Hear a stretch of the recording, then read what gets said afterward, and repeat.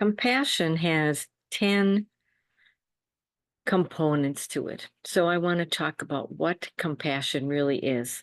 The first one is empathy. So compassion involves understanding and sharing the feelings of others. It's about putting ourselves in someone else's shoes and acknowledging their emotions. And then there's active listening. Compassion is demonstrated through attentive and non-judgmental listening. It involves giving someone your full focus and allowing them to express themselves without interrupting them. This is one of the hardest ones for me. I'm always trying to come up with the right answer or trying to fix things, and I'm not listening as well as I could. The next one is kindness. Acts of kindness, both big or small, are expressions of compassion. They can include offering a helping hand, providing support, or simply being considerate of someone else. The next one is generosity. Compassion often involves a willingness to give, whether it's your time, your resources, or being there for them and assisting them. It's about contributing to the well-being of others without expecting something in return. It's not about karma. What goes around comes around. This is about truly showing compassion. The next one is understanding. It requires an open mind and accepting an attitude. It involves recognizing and respecting the differences in others and understanding that everyone has their own struggles and their own challenges. And then there's forgiveness. Compassion includes a capacity to forgive. It acknowledges that people make mistakes, including ourselves. We have to show self-compassion also. And instead of holding onto resentment, compassion allows for understanding and moving forward. It's like I always tell my clients, hanging on to that anger is like having a burning coal in your hand and you're going to throw it at someone, but you're the one that gets burned. Or it's like a ball and chain. The sooner we can learn to forgive, the sooner we can move on. And it's really hard. We may not forget, but we really need to forgive for our own sake and the sake of others.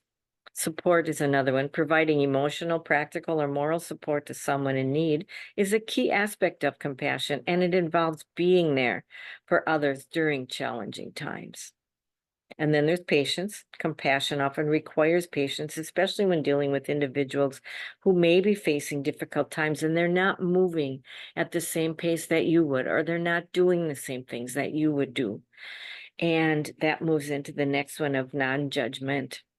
Compassion involves suspending judgment and accepting others without harsh criticism, and it recognizes that everyone has their own journey and their own struggles and their own way of doing things. I have to work very hard at not being judgmental. We all have things that we would do a certain way, and if someone else does it another way, then it's very easy for us to judge. And then there's presence. Simply being present for someone, especially during difficult times, is a powerful expression of compassion. It communicates that you care and are willing to share in their experiences. I still remember the people that were there for us after we lost our son. They would come weeks later. They wouldn't say things like, give me a call, because you just can't do that. They would just show up and see what they could do for us. It was just amazing. And as you know, I'm talking all of these weeks about the Book of Joy. And we talked first of all about the things that get in the way of finding joy. And these are the pillars to finding joy. And this is number 7, so it is compassion. And I just want to read to you a prayer of compassion that the Dalai Lama says every morning.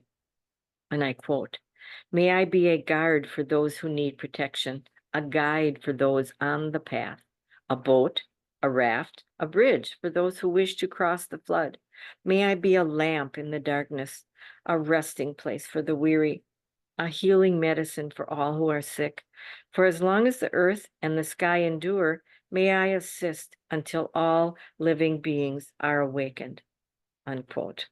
And this prayer is performed each morning by His Holiness the Dalai Lama. And it's the quote is in a book called A Lamp in the Darkness, Illuminating the Path Through Difficult Times by Jack Kornfield, Kornfield. It's an amazing book. I recommend it to anyone. And I'd like to thank you for your kind words. I'm receiving so much feedback about these emails and these little videos that I'm doing around the Book of Joy, and hope you are finding more joy.